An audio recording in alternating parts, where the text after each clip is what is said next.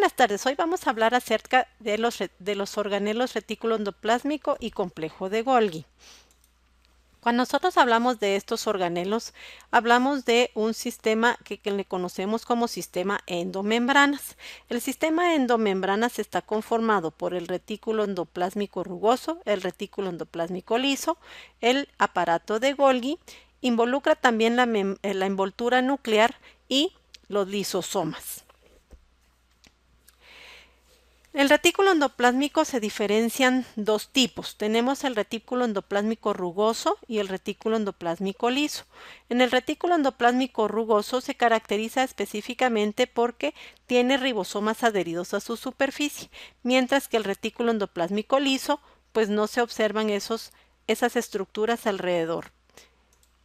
Vamos a hablar primero del retículo endoplásmico liso.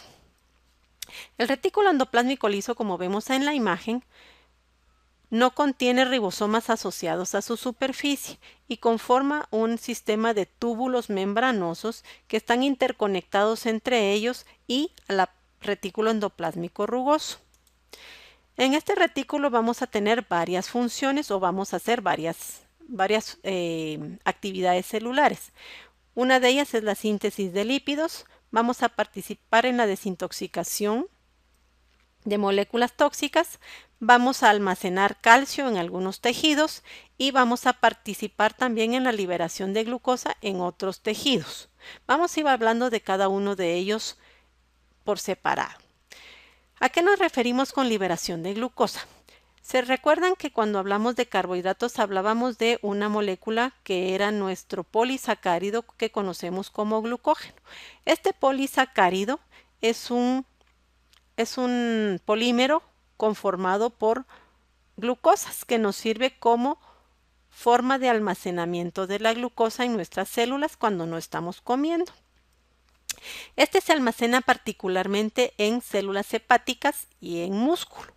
En las células hepáticas está guardado en vesículas o en gránulos que están asociados al retículo endoplásmico liso. En el proceso de liberación o de ruptura del glucógeno cuando no estamos comiendo y la célula necesita glucosa, entonces la vamos a romper y luego de que hicimos la ruptura del polímero tenemos glucosa que tiene un grupo fosfato. Para nosotros poder liberar esta glucosa al torrente sanguíneo y poder abastecer a nuestras células de glucosa, necesitamos quitarle ese grupo fosfato. Eso lo hacemos a través de una enzima que conocemos con el nombre de glucosa 6-fosfatasa. Esta enzima entonces le quita el fosfato y generamos lo que le llamamos glucosa libre. Esta enzima está adosada al retículo endoplásmico liso y por eso es que el retículo endoplásmico liso participa en la adición de glucosa. También participamos en la síntesis de lípidos. Estos lípidos se recuerdan, sobre todo, pues son muy importantes para la conformación de nuestros fosfolípidos que son necesarios en la formación de membranas. Estos fosfolípidos los vamos a formar en el retículo endoplásmico liso y los vamos a ir conformando en una monocapa. Conforme se van formando, hay necesidad de irlos movilizando de una monocapa a la siguiente para poder formar la bicapa, que es la que conforma nuestras membranas.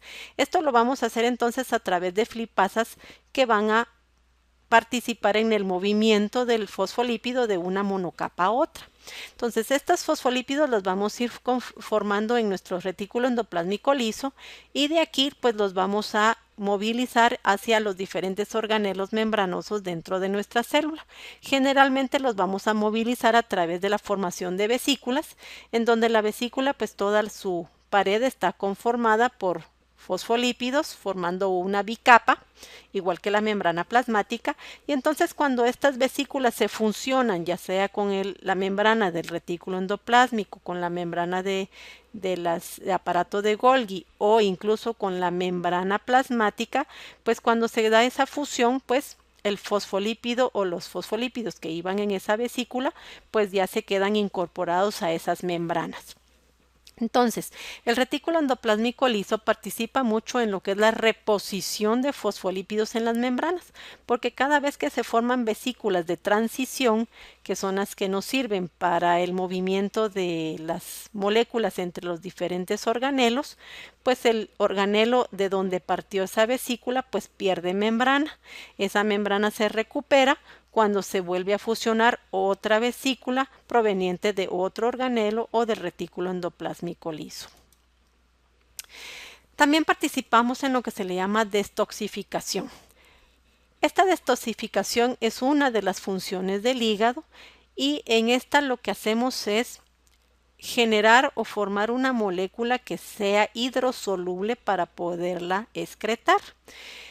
Esto lo hacemos con enzimas que conocemos como monooxigenasas. Las monooxigenasas lo que van a hacer es adicionar un grupo hidroxilo a la molécula que es hidrofílica y la vamos a hacer soluble. Al hacerla soluble, permitimos su excreción. A este proceso le llamamos hidroxilación. La mayoría de las monooxigenasas van a ser enzimas que están en el retículo endoplásmico liso y específicamente son más abundantes en el hígado. También almacenamos calcio. Tenemos tejidos que para su funcionamiento necesitan grandes cantidades de calcio. Este calcio lo almacenamos entonces en un organelo que conocemos como retículo sarcoplásmico. Se le conoce como retículo sarcoplásmico porque es parte de la estructura del sarcoplasma. El sarcoplasma es la estructura que nos permite la contracción muscular en la célula muscular. Entonces, nuestro retículo sarcoplásmico no es más que retículo endoplásmico liso en el músculo, en donde almacenamos calcio. Y este calcio va a ser liberado cuando hacemos contracción muscular. Si no hay contracción muscular, este calcio se devuelve al retículo sarcoplásmico y se almacena. Y entonces en el músculo adquiere gran importancia este retículo. El músculo es rico en retículo endoplásmico liso.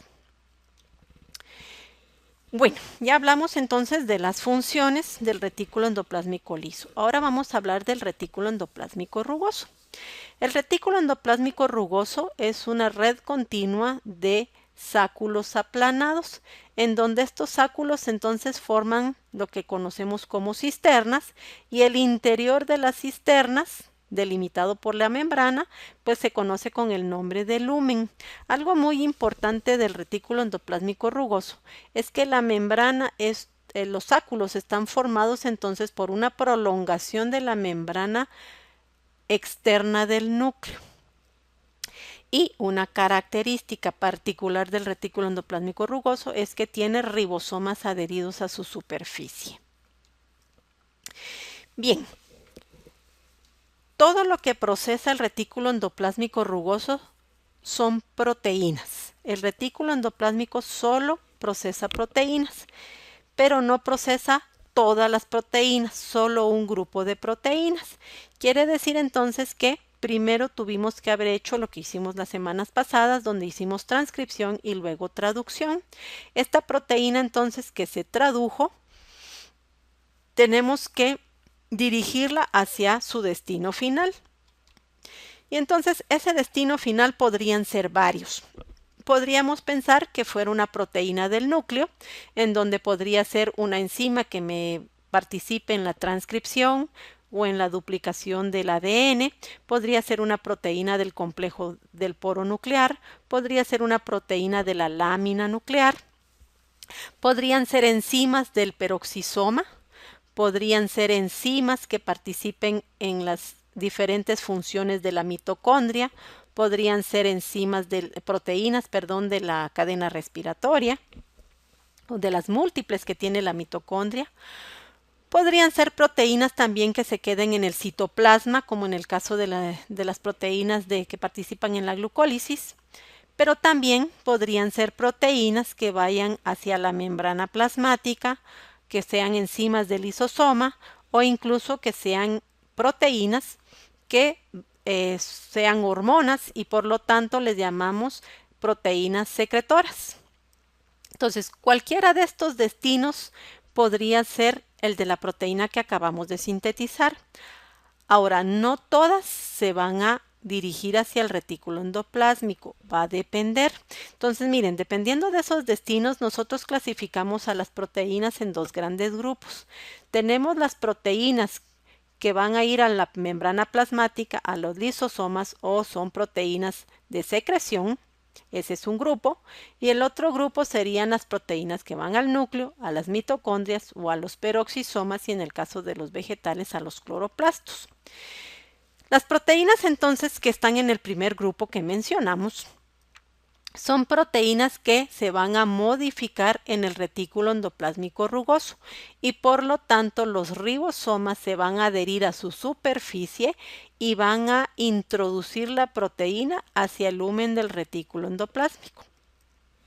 Mientras que las proteínas del segundo grupo van a ser sintetizadas por ribosomas que no están adheridos a la superficie del retículo endoplásmico rugoso y por lo tanto le llamamos ribosomas libres. Desde aquí entonces ya hicimos una primera clasificación de las proteínas hacia su destino final.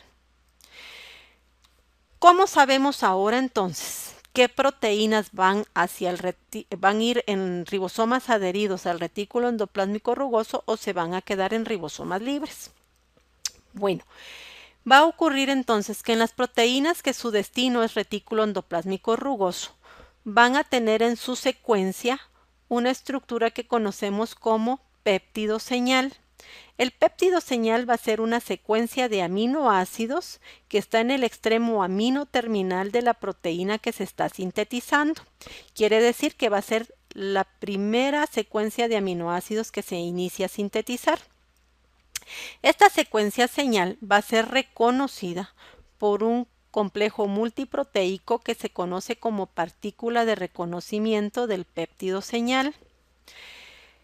Esta partícula de reconocimiento se une al péptido señal y dirige al ribosoma que está en el citoplasma hacia el retículo endoplásmico rugoso. En el retículo endoplásmico rugoso, como vemos en el esquema, esta es la membrana del retículo, tenemos una proteína integral de membrana que es un receptor y es el receptor para la partícula de reconocimiento de señal. Vecino a este receptor tenemos otra proteína que es una proteína de canal que se conoce como poro de translocación. Este poro de translocación permanece cerrado. Cuando la proteína de reconocimiento del péptido señal reconoce al péptido señal y arrastra al ribosoma hacia el retículo, se une a su receptor.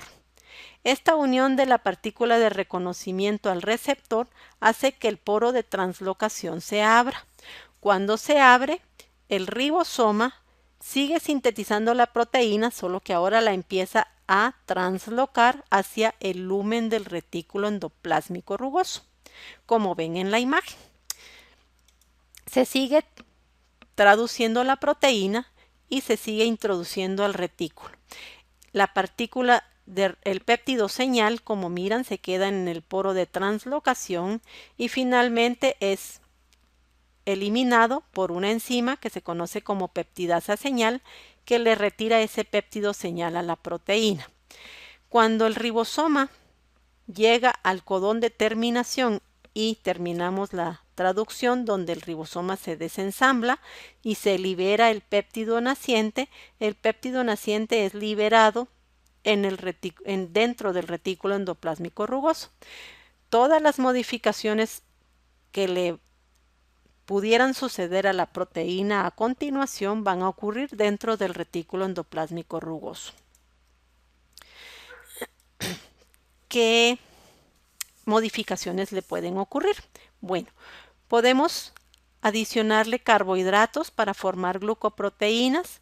Le vamos a hacer sus plegamientos para conformar sus estructuras secundarias y terciarias. También en las que son proteínas que tienen estructura cuaternaria, en donde vamos a hacer lo que le conocemos como proteínas multiméricas, también las vamos a ensamblar aquí, pero pudiera ocurrir que la proteína esté mal ensamblada y por lo tanto necesite ser eliminada. Entonces eso también lo vamos a hacer aquí en el retículo endoplásmico rugoso. Vamos a iniciar por la glucosilación. La glucosilación no es más que la adición de carbohidratos a la proteína. En el retículo endoplásmico rugoso ocurre lo que conocemos como N-glucosilación, también conocida como glucosilación central. La N-glucosilación se refiere a la adición de un oligosacárido en el extremo amino terminal de los residuos de asparagina que hay en la proteína. El donador de ese oligosacárido es un lípido de la membrana que conocemos como dolicol-fosfato. Como vemos aquí en la imagen, tenemos el translocón, por donde se está translocando la proteína que se está sintetizando, y esto que vemos en rojo sería el péptido señal, que se va a quedar adosado al translocón y la proteína se está introduciendo al retículo. Luego tenemos aquí el lípido de membrana, que conocemos como dolicol-fosfato, en donde vamos a iniciar el ensamblaje del oligosacárido. El oligosacárido que se adiciona aquí es un oligosacárido conformado por 14 monosacáridos, en donde tenemos 2 N-acetilglucosaminas, 9 manosas y 3 glucosas. Este oligosacárido se ensambla originalmente en el dolicol-fosfato y posteriormente, utilizando la enzima que se conoce como oligosacaril transferasa, se transfiere el oligosacárido del dolicol-fosfato a la asparagina que está en la proteína. Esta asparagina en su cadena lateral tiene un grupo nitrogenado. En ese grupo nitrogenado es donde se va a adicionar el oligosacárido. Luego vamos a plegar la proteína. El plegamiento de la proteína involucra el conformar sus estructuras secundaria y terciaria, y en el caso de las proteínas que son multiméricas vamos a conformar pues su estructura cuaternaria. En caso de que una proteína esté mal plegada o la secuencia de aminoácidos sea incorrecta, pues va a ser reconocida como una proteína anómala y por lo tanto va a ser degradada. A esto le llamaríamos entonces el control de calidad. Esto lo vamos a hacer aquí en el retículo. Las proteínas entonces que tengan estos defectos los vamos a marcar, y los vamos a marcar a través de una molécula que conocemos como ubiquitina. La ubiquitina nos sirve para marcar las proteínas anómalas. Las proteínas entonces que tienen ubiquitina, pues se les llama ubiquitinadas, y estas van a ser reconocidas por un complejo multienzimático que conocemos como proteosoma. El proteosoma entonces va a degradar a la proteína anómala, y el producto de la degradación van a ser los aminoácidos constituyentes que nos van a servir nuevamente para una nueva síntesis proteica. Todas las proteínas entonces que ahora fueron modificadas en el retículo endoplásmico rugoso van a pasar a aparato de Golgi. El aparato de Golgi no es más que una serie de cisternas aplanadas en forma de sacos discoides y apilados, como vemos en el esquema, que están a continuación del retículo endoplásmico rugoso. Este conjunto de cisternas apiladas o sáculos apilados se clasifican funcionalmente, y los clasificamos y los denominamos más bien en los sáculos que están contiguos al retículo endoplásmico rugoso, le llamamos la red CIDS de Golgi. Luego tenemos las cisternas mediales de Golgi, y las cisternas que están más alejadas o van hacia la membrana plasmática le llamamos la red trans de Golgi. Todas estas compartimientos tienen funciones diferentes. En cada cisterna va a ocurrir una modificación diferente de la proteína, en donde las modificaciones más importantes van a ocurrir en la red cis y en las redes mediales de Golgi.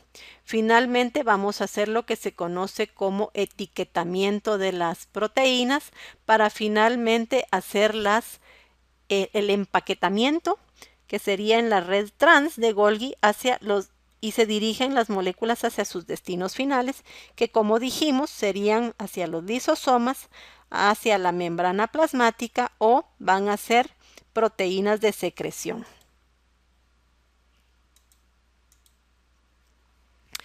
Entonces, ya hicimos la glucosilación. Ahora vamos a procesar lípidos. Bueno, también, perdón, dijimos en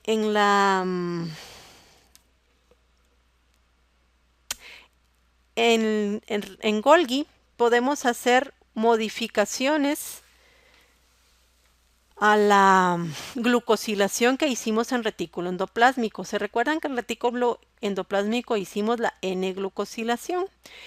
En donde habíamos colocado este oligosacárido. Entonces, aquí en Golgi vamos a modificar ese oligosacárido. Podemos quitar las glucosas que habíamos adicionado, podemos quitar algunas manosas y podemos colocar más N-acetilglucosaminas o galactosas o ácido siálico. Entonces, vamos a modificar ese oligosacárido. Y cada oligosacárido de cada proteína, dependiendo de su función, va a ser diferente. También podemos hacer una N-glucosilación nueva. Si una proteína viene de retículo endoplásmico rugoso sin glucosilación, podemos hacerla aquí en Golgi. Pero también vamos a hacer otra glucosilación en Golgi, que se conoce como O-glucosilación. Una de las glucosilaciones, N-glucosilación o modificaciones de la N-glucosilación importantes es lo que conocemos como la etiqueta para las enzimas que van al lisosoma. Esa etiqueta que vamos a colocar es lo que se conoce como manosa 6-fosfato. Vamos a quitar las glucosas que tenía la N-glucosilación y nos vamos a quedar solo con las manosas y con el N-acetilglucosamina. En una de las manosas vamos a colocar un grupo fosfato y por eso es que se le conoce como manosa 6-fosfato. Todas las proteínas que tengan esta etiqueta de manosa 6-fosfato son proteínas cuyo destino son lisosomas. La O-glucosilación, que podemos hacer también aquí en Golgi, se refiere a la adición de oligosacáridos, pero ahora lo vamos a hacer en los grupos hidroxilo de aminoácidos como serinas o trioninas. En este grupo hidroxilo es donde yo voy a colocar el oligosacárido. Este oligosacárido puede variar de una proteína a otra. También vamos a procesar lípidos. Uno de los procesamientos que podemos hacer de lípidos aquí en Golgi es lo que le llamaríamos la adición de carbohidratos a lípidos. Se recuerdan que nosotros tenemos lípidos glucosilados que conocemos con el nombre de glucolípidos. Estos glucolípidos los vamos a formar aquí en Golgi. Bueno, ahora vamos a pasar a lo que sería la clasificación de las moléculas. Las vamos a empacar y finalmente las vamos a dirigir hacia sus destinos finales. ¿Cómo las vamos a etiquetar? Bueno, las etiquetas que se colocan van a ser secuencias de aminoácidos, de 4 aminoácidos, y dependiendo de esa etiqueta, pues va a ser hacia dónde va la molécula. Estas etiquetas que tenemos aquí, que es una KDEL, HDEL y KKXX, son etiquetas que les llamamos de recuperación. Y estas etiquetas o esta secuencia de 4 aminoácidos están representadas con la clasificación de una letra de los aminoácidos, en donde el KDEL es una secuencia de lisina, aspartato, glutamato y leucina. La HDEL sería la secuencia de histidina, aspartato, glutamato y leucina. Y en la siguiente sería KK, en donde la K significa es la lisina. Tendríamos 2 lisinas seguidas por cualquier otro aminoácido. Estas secuencias de aminoácidos van a entonces a ser etiquetas que van a tener las vesículas que son de recuperación, o sea, van de retorno hacia las cisternas de Golgi o hacia el retículo endoplásmico rugoso. Y las que tengan la etiqueta de manosa 6-fosfato serían entonces la etiqueta que determina que la proteína, su destino es lisosomas. Ya que etiquetamos, ahora las vamos a recubrir con proteínas. Estas proteínas que recubren las vesículas se conocen como proteínas de cubierta y tenemos 3 tipos de proteínas de cubierta. Tenemos las que se conocen como COP2, COP1 y clatrinas. Las COP2 no son más que proteínas que cubren la vesícula y cuyas contenido van a viajar hacia la red cis de Golgi. O sea, las formamos en retículo y van hacia la red cis de Golgi. Las que van recubiertas con COP1 son vesículas que parten de la red trans o de cisternas intermedias y van de regreso hacia retículo endoplásmico. Y finalmente las vesículas que van recubiertas con clatrina son vesículas cuyo destino son lisosomas. Entonces aquí lo tenemos en el esquema. Como ustedes miran, estas rojas son las proteínas de cubiertas, se colocan por fuera de la vesícula, por eso se llaman de cubierta, están recubriendo la vesícula, y las que llevan esta cubierta vienen de retículo endoplásmico rugoso y van hacia la red cis de Golgi para sufrir sus modificaciones.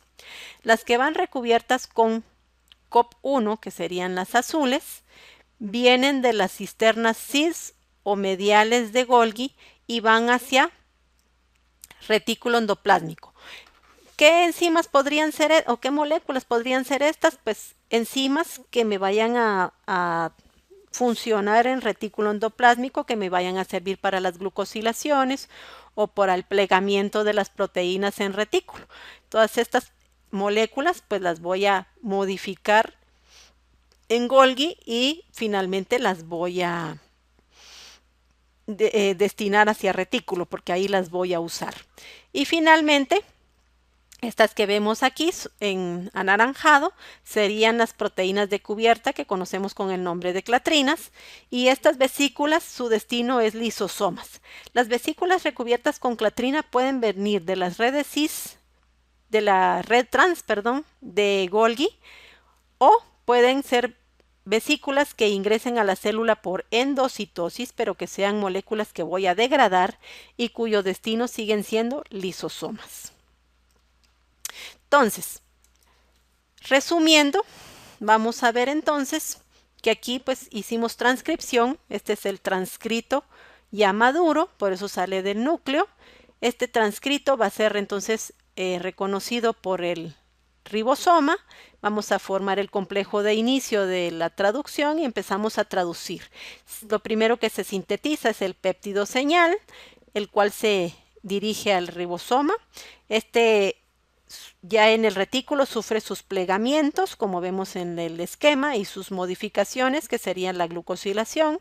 Formamos una vesícula del retículo, la cual entonces ahora va a ir hacia Golgi. Se fusiona con la membrana y en la red cis de Golgi, en donde va a sufrir sus otras modificaciones, y entonces se va a madurar la cisterna de Golgi hacia la medial. Estas vesículas, como ustedes miran, se pueden fusionar entre ellas y las moléculas van a seguir siendo modificadas en cada una de estas. Finalmente las vamos a etiquetar y las vamos a empaquetar, cuyo destino en el caso del esquema sería una proteína de secreción. Se fusionó con la membrana plasmática y la liberamos en el exterior de la célula. Esta otra sería una molécula que ingresa por endocitosis y por lo tanto su cubierta sería clatrina y su destino sería siempre lisosomas. Esta es la otra vesícula que tendría una etiqueta de manosa 6-fosfato, una proteína de cubierta clatrina y su destino sigue siendo lisosomas. Y entonces, en este momento ya vimos entonces que el procesamiento de las proteínas, que su destino, dijimos, era membrana plasmática, lisosomas o proteínas de secreción. Todas estas moléculas entonces van a ser modificadas en retículo endoplásmico rugoso, van hacia el aparato de Golgi, en donde en Golgi entonces dijimos que podemos hacer glucosilación, la N y la O glucosilación, vamos a procesar los lípidos, sobre todo los que son glucosilados, vamos a clasificar las moléculas a través de la colocación de etiquetas. Ya con la etiqueta entonces empaquetamos a través de las proteínas de cubierta y finalmente las transportamos hacia su destino. Su destino, como dijimos, podría ser la vía constitutiva, la vía regulada o lisosomas. La vía constitutiva serían todas las moléculas cuya síntesis es constante y por lo tanto pues no necesitan ninguna regulación para su liberación, mientras que la vía regulada son proteínas que no se utilizan constantemente, como en el caso de hormonas, en donde solo las vamos a secretar cuando hay un mensaje o una señal que indica su liberación. A eso les llamamos vías reguladas. En este caso, las proteínas se van a modificar y empaquetar en sus vesículas y van a permanecer en la vesícula hasta que haya una señal que indique su liberación hacia el exterior de la célula. Todas las proteínas de la vía de la regulación, o regulada, perdón, son proteínas de secreción. Y finalmente el otro destino sería hacia el lisosoma, ¿verdad? Serían proteínas lisosomales, que serían las estructuras o organelos que vamos a ver la semana entrante. Espero entonces les haya quedado claro y si hay alguna duda, pues me la plantean en clase.